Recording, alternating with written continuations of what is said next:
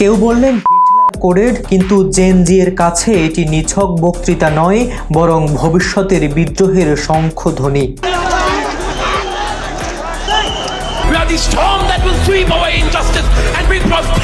6 মাস পর সেই কিশোর বক্তা এখন রাস্তায় আন্দোলনের নেতা। কাঠমান্ডুর রাস্তায় মাইক হাতে আবিষ্কার, আর চারপাশে উত্তাল জনসমুদ্র।